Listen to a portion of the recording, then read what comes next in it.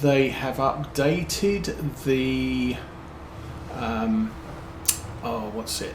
I can just demonstrate in the contracts. Some of the baling contracts, it'll say you have to make silage bales. Actually, I'm doing one of those, so that's not it. It says to make silage bales, but they provide you with a tedder from the Vermeer pack, and so, or they provide you with a wrapper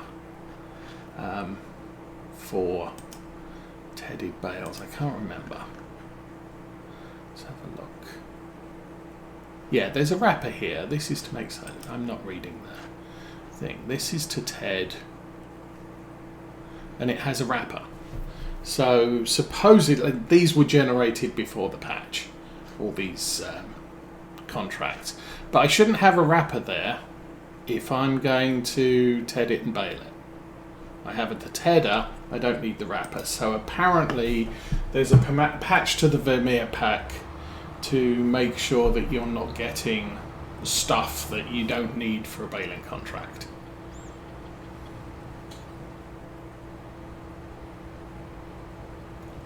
Okay, I think I'll take us up to the top, swing it about, and we've got a good turnaround here. Oh, well, we've got a okay turnaround here.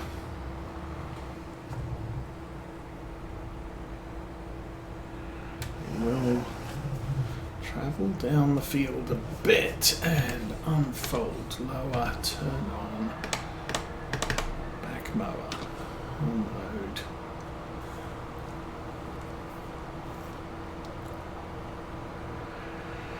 We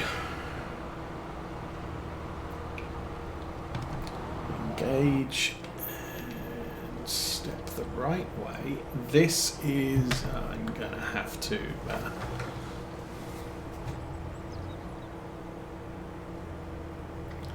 do that. Okay. Lower the section, do that, stick it on follow, and control auto with that. Line method, A+ heading, 0 degrees. I have noticed,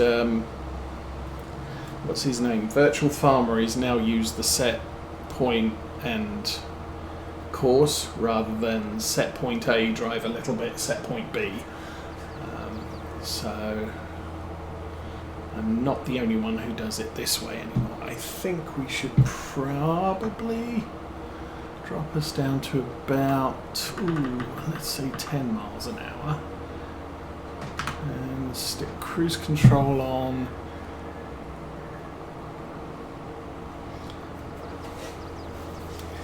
And keep the baling tow.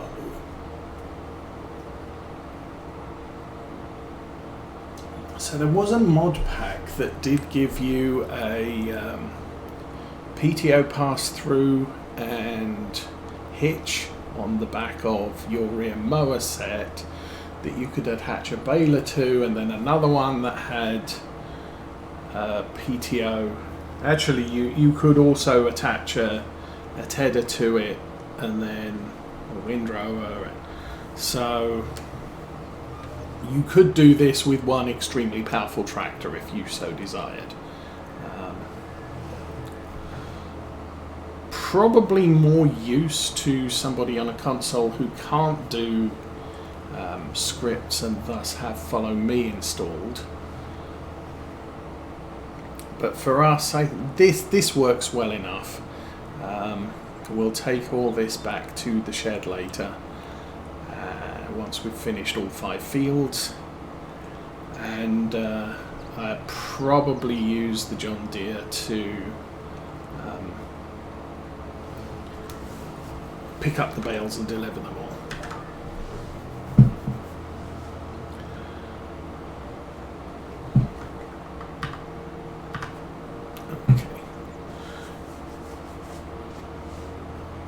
So what else have I been doing this week?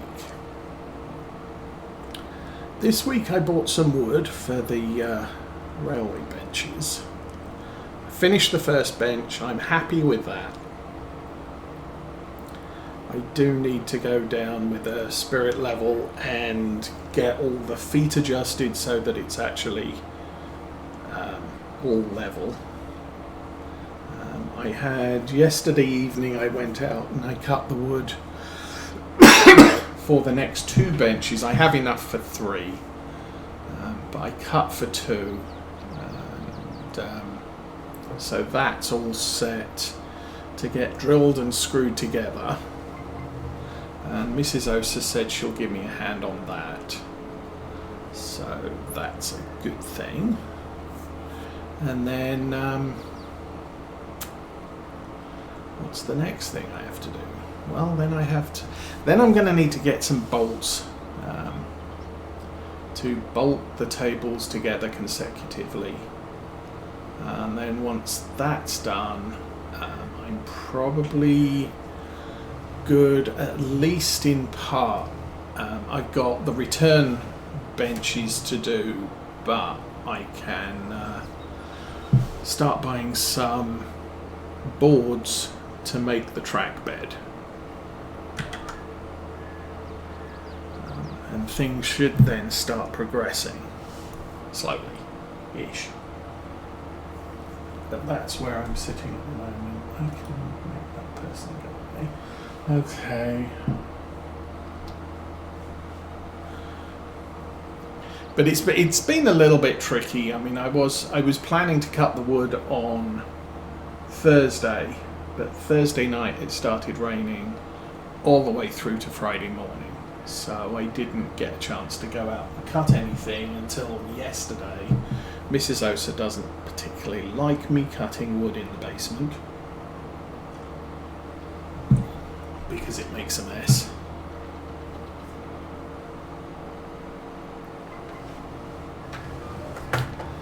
But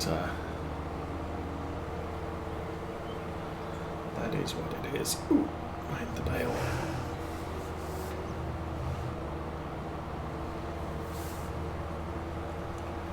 So I can't saw in the basement, but I have to drill, and drilling makes a mess too, so I don't know. There's that, I guess.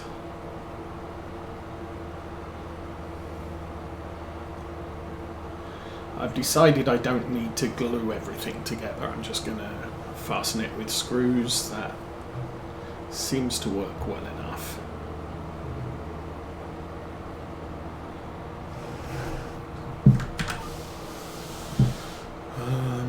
What else did we do this week? This week, Tuesday was our 25th wedding anniversary. I think the previous week was the young former foster child's birthday. Thursday this week was teenage Osa's birthday. What did I say Tuesday was? Was wedding anniversary, 25th wedding anniversary. So, yeah, teenage Osa's birthday was Thursday, and her brother, younger brother, I believe was yesterday, and we're going out to a party too for him tonight. So that's all a thing. So previous week we had a lot of church stuff going on. This week we've had a whole lot of other stuff going on, which is why, while I had planned to do maybe a little bit of farm work while we were waiting for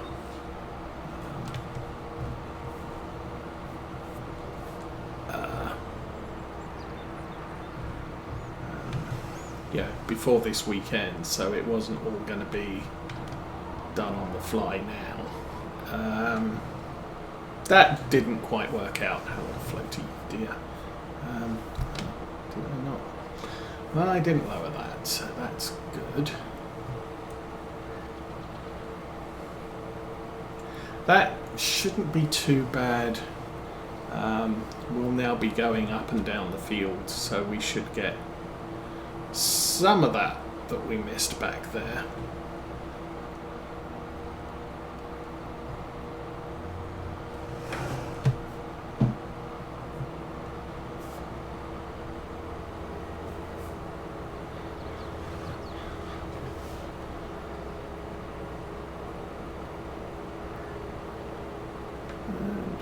Attention closely, GPS on, and off we go. So I can now just do this field as up and down rows. If I put cruise control on, they won't severely outrun the baler. Drop us down to 11. Looks like we got a bale at the end of this row, which is a little bit annoying.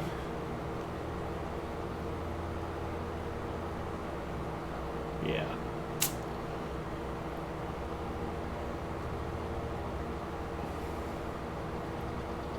Still, I think from now onwards we should be... Oh, you don't want to do that. Really you don't.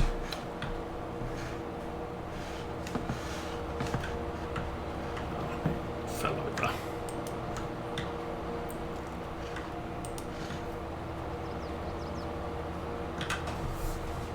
Okay. So, and as per usual, I will be doing alternate rows because big tractor don't turn sharp.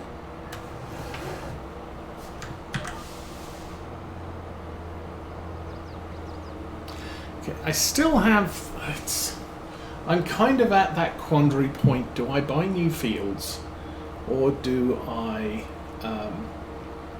upgrade a little bit of the equipment?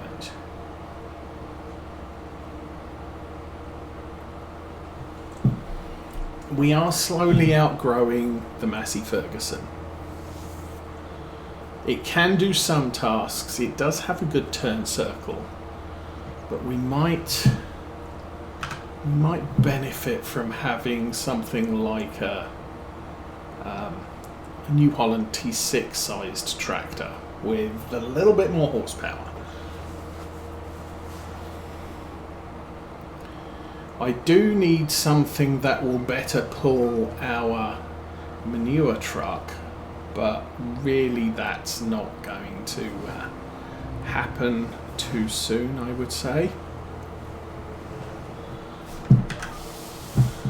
Because that you're looking at $300,000, $400,000 tractor to have the horsepower. And I think I would like to upgrade the harvester, and the reason I would like to upgrade the harvester is this is available. It has a bigger tank. That's my prime thing there.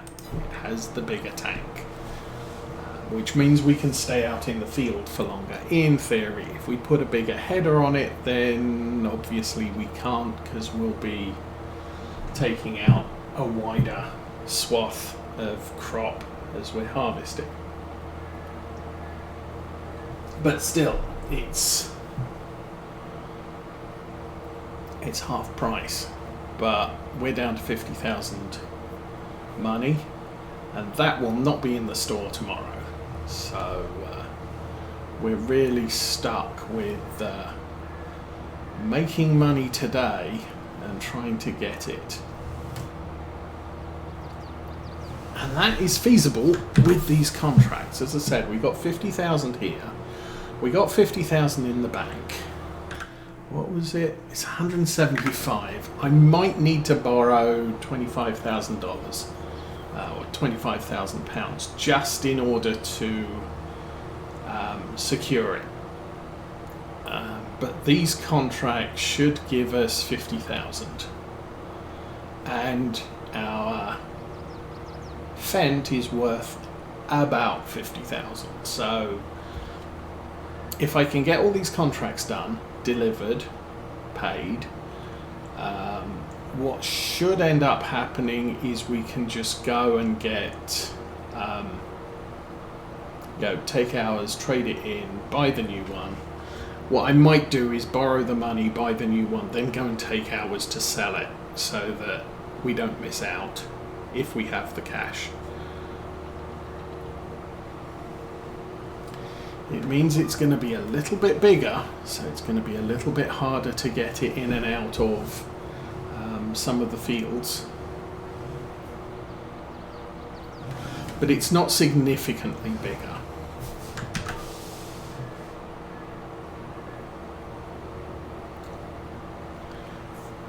I am leaving the baler behind. Okay, we've got 2 more rows here. Should be able, if we come up that one, there's the bit at the top, should get picked up.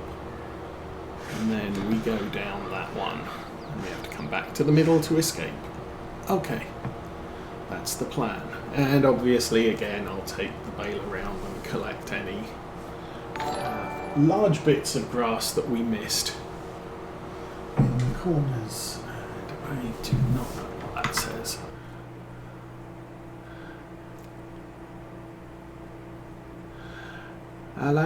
Alan LTUXD, and welcome to the stream, and thanks for the follow. And hi.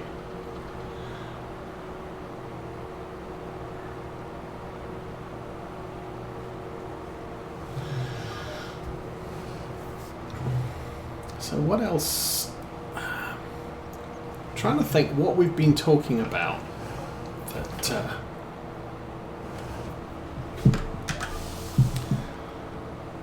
has made certain impacts. So I can't remember whether I mentioned last week, we did find out that the oldest a tractor can get is 50 hours. All the detriments, basically, the older a tractor is, the faster it needs to get maintained. So the faster that little wrench power bar goes down, it goes down very slowly at 0 hours. It goes down the fastest at 50. So if you keep a vehicle over 50 hours, it's not going to cost you any more in maintenance, which is, I guess, a good thing, considering most of our tractors are over 50 hours old. Ooh, can I fit through there? Oof. Not so much.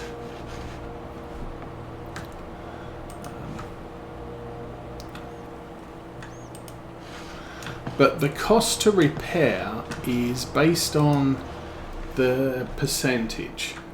If we jump back into the John Deere, the John Deere is currently running at 97%, so no big deal there. But you probably want to fix your equipment when it gets to 70, just because after that the cost to repair starts getting progressively more per percentage point you want to fix. So at 70% it might cost you £5 per point, so 5 times 30 is 600. But if you get it down to 50, it might be up to £7 per point. So 50 times 7 is, I don't know, a number. Don't do math on stream, it never works out. And it started to snow. I did not expect snow today. There was a little bit of frost on the ground, I guess, this morning. But we are looking at snow flurries and sizable chunks of snow, as opposed falling out of the sky, as opposed to the wispy stuff.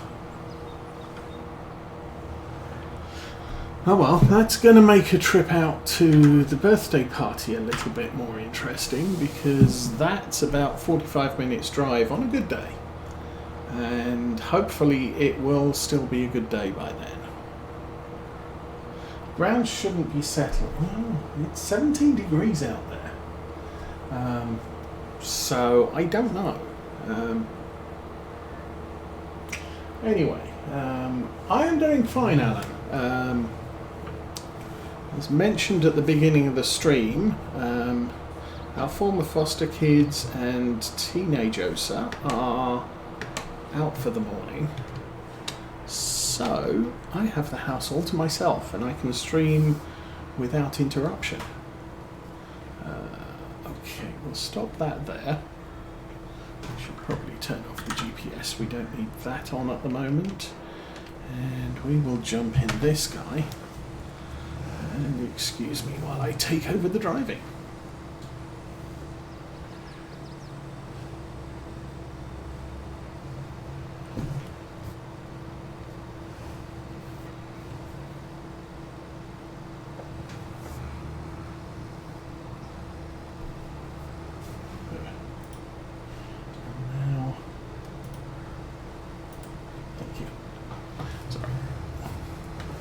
Monitoring PC was displaying windows I didn't need displayed.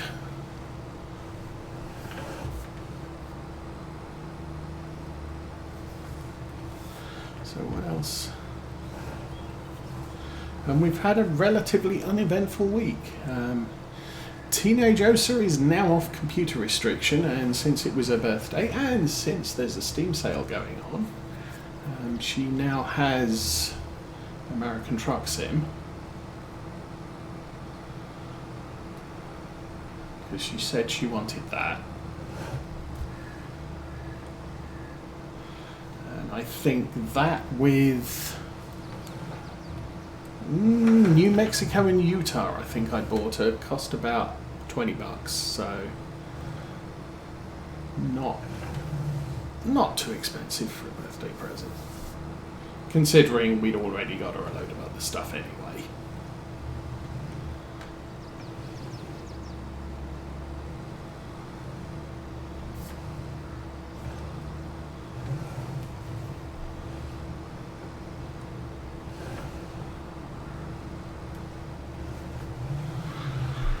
And yeah, this is our oldest tractor, 150 hours, so, but it doesn't.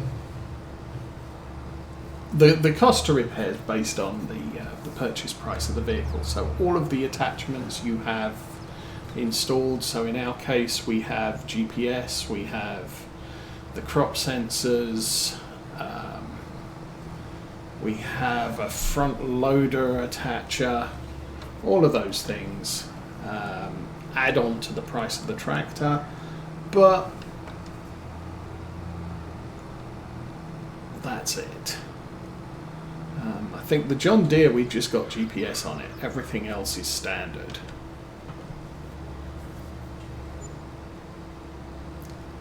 But consequently, while it's nice to say, yeah, I'll get a tractor with all the things, all the toys, it's sometimes not a good idea to go for that, because it's going to add to the cost to repair the tractor. It's one of the reasons why I'm thinking that, okay, I've got one tractor, putting the mirror mount crop sensors on it is a good deal because they're cheaper than the active unit that fits to the 3-point. However, once you've got more than one tractor, if you're considering, well, I could do fertilization with either of them, having crop sensors on both doesn't make sense because, one, you're paying maintenance for those crop sensors every time you fix the tractor. And it might not be a lot of money, but it will add up over time. And me having the tractor on at the moment is putting wear and tear on the crop sensors even though they're not turned on. So considerations there. With the active crop sensors, they're only on your tractor when they're on your tractor. So if you're not going out fertilizing, you don't need the crop sensors on the tractor. So you don't have to pay maintenance on them. Okay, everything off there? Yes. But as I said, the cost of them, we go here, and it doesn't matter what tractor you get, 15,000. And if you go to the one that you fix to the tractor when you need it, this one is 23. So this is 50% more, call it. But you only pay maintenance on that when you're using it, not just because it's attached to the tractor. Plus it doesn't limit me to one tractor. I could use any tractor and haul fertilizing equipment behind it. The only time you probably want the Asaria wing mirror mounted ones is if you have a self-propelled unit, because obviously it doesn't have 3-point linkages that you can put the active sensors on. But at that point you're probably not too worried about how much it costs to do that. Okay, engine is on, we can go. Okay, next is straight across the field, or straight across the street. And that looks like the exporter, so there's a farm track to the left of that. I will pull up the map just to make sure we're doing all the right things. So we did 46. That's going to take us down there, down there. That's probably an animal. That's probably an animal. That might just be a grass field for all I know. Okay. Well, we have an idea. I'm going to stop there, and hopefully little black tractor is going to get close enough to beat that car. Otherwise he's probably going to end up... Oh, stupid. Okay.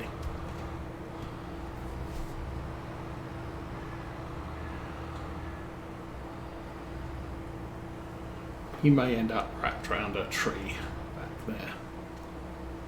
Or not. Looks like he made it through. Good. We will keep going. So yeah, travelling around the map. We seem to be resolving the